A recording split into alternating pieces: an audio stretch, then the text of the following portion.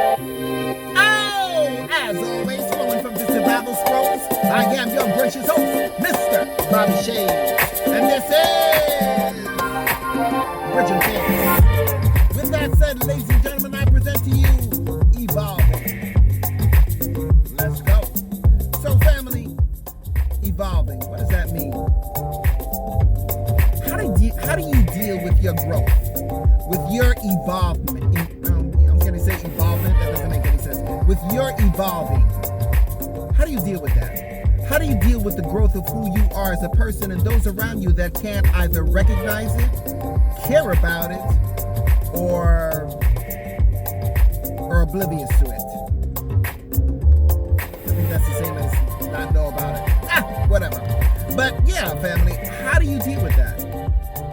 When you're constantly growing, when you're, I was listening, and what spurred this particular conversation is a gentleman that I do follow from time to time. His name is Jason White. He's an entrepreneur. He's in the government sector. And he was talking about how he worked at a gas station. He used to hustle. Never talked about drugs or anything bad, but he's out there trying to make his money. He was into wholesaling for a little bit. And he was told about government work. And he was like, his boy told him, get into this government work. And he's like, yeah. Put that little worm in his head. His boy happened to go to jail the following day for 8 years. He said, so he had to learn all about it. It took him 3 years, I believe it was. Yeah, 3 years to get his first contract, which was like $100 and something. But it was, that 100 was like $1 trillion to him. But nonetheless, he started to learn more and more about this business. And his boy came out of jail. He hooked him up. His boy now is doing well for himself. And he started to talk how, he would meet up with some of his old friends. And they'd be like, oh, well, we're going to go over to this, house party. We're going to do this. And he's like,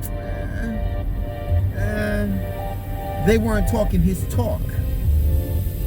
His game was his entrepreneurial endeavor. And they were just talking, yeah, we're going to do this and do that. Now, basketball, he would too. He loves to play basketball. He says, that I do all day. But to drink and smoke and women, and he's like, really wasn't doing it for him.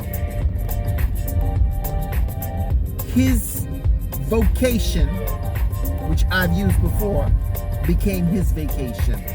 Which for those that do not understand, what he enjoyed doing from an entrepreneurial standpoint was a vacation to him.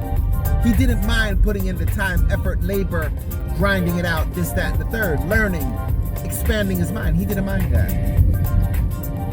So if you are on a quest or you're in a space of growth, it doesn't have to be entrepreneurial. For those that are thinking, oh, you're going to talk about entrepreneurial stuff again. No. It could be just, I know someone said to me when they hit a particular age, things started to switch up for them. They started to see things from a different perspective. I have a relative that had a very serious health scare. Very, very serious health scare. And she said to me, I see things differently now. I believe why not give to those and give yourself, because you don't know how much time you have on this earth. And that's her evolving. That's her growth. That's her in a different space. Do we still hold on to certain residues of who we were, are, is, the person? Of course we do.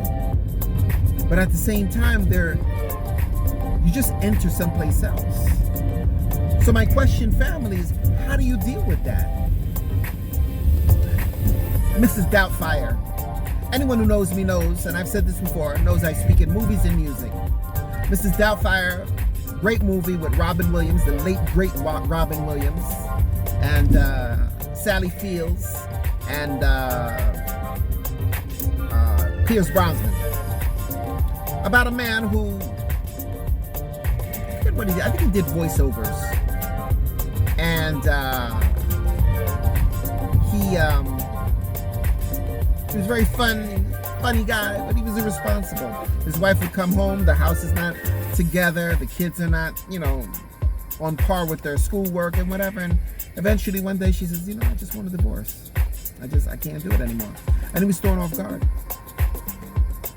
And there was a denial of his kids from him to see them. So he became this persona of a British woman, hello there, named Mrs. Doubtfire, just to see his kids. Eventually the jig was up and he was found out, but he did what he needed to do, and he started to see the responsibility that needed to be had for the growth of those children, and the stress of coming home to a messy home or to something not done or whatever the case may be. He saw it, and then he started to appreciate it. But the point of that moral of that movie is the fact that she was evolving, she was growing, and he didn't read the room. That's what happened. He did not read the room. He didn't see. He didn't look upon. He didn't believe that, first of all, she would leave him. And number two, he just wasn't aware of any of this that was taking place. He didn't read the room. He didn't read the warning signs. He didn't read her. I don't know if there was a prior period of discussion. There are some people that give that warning until they can't anymore. And then there are those that just straight up like, listen, I can't do this anymore. Done. It came into their head, they thought about it, and no warning shots, no nothing, no pow-pow. And there was no indication of that in the movie, but you kind of feel it out and suggest maybe, just maybe, because I think there was some line in where she said something, but I asked you to do this, but we talked about this, those kind of warning signals. So maybe she did. But the point is, when you're evolving and no one is either taking it seriously or believing in you or recognizing it or looking upon you or studying you or supporting you. Supporting could go in many fashions. It could be something as simple as, let me get you some writing material. Let me if you're dieting, let me work out with you, or really emphatically ask, how is it? How's it going? Wow, that's inspiring me. Even if it's not, I'll always give, there are many women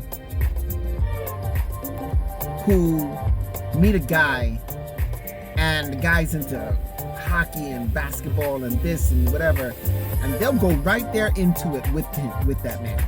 Not wanting to, or maybe knowing about it, or maybe even giving a damn, but you know what? They get down into it. I'll never forget. It was a documentary on, it was a risque documentary. And this female, she'd gotten her guy PS5, PS4, one of these PSs. And really, this dude just blocked up the whole street. And she said, yeah, I got this for him.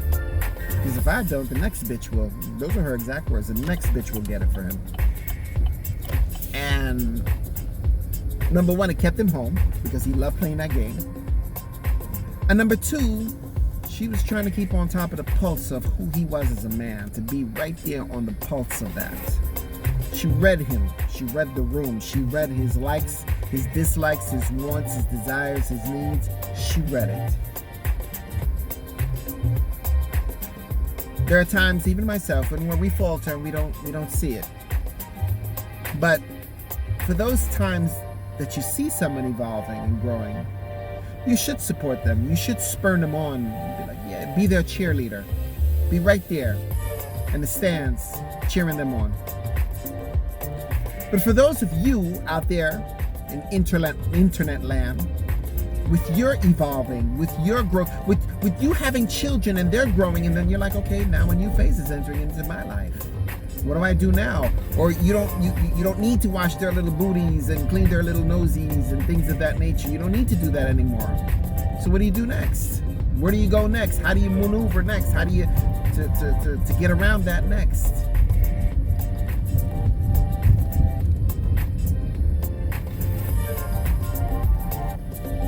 So, or getting older, or changing a new age, or entering into a new decade.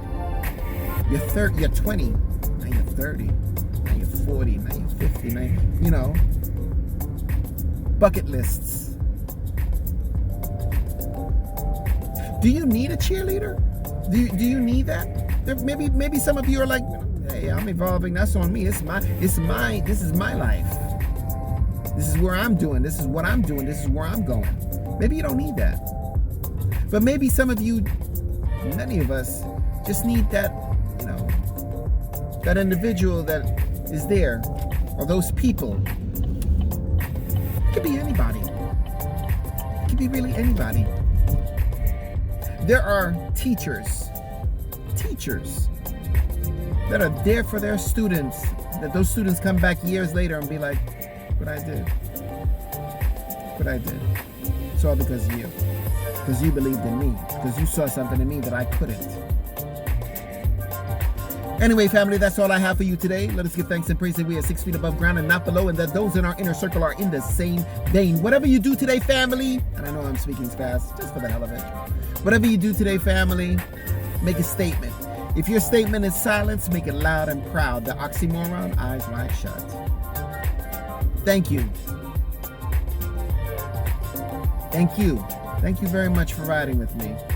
As much as I enjoy riding with you, I hope these topics touch you, spur you along, make you think, make you go, Please like, share, and subscribe. Please pass it on. It helps for the growth of the channel. And that one particular person has not signed up to join. Looking for you. See you. Anyway, family, these streets are hot, not only in climate, but in just the temperature of life. Please be careful out there. Keep your head on a swivel at all times. What will be, but if you can try to avoid, let it be. I am your gracious host, Mr. Bobby Shades, and this is Bridging Fears. My motto, my creed, my seed, my belief. Stay lovely. Stay sexy. And most of all, family. Stay safe. See you in the next clip. Let's ride out.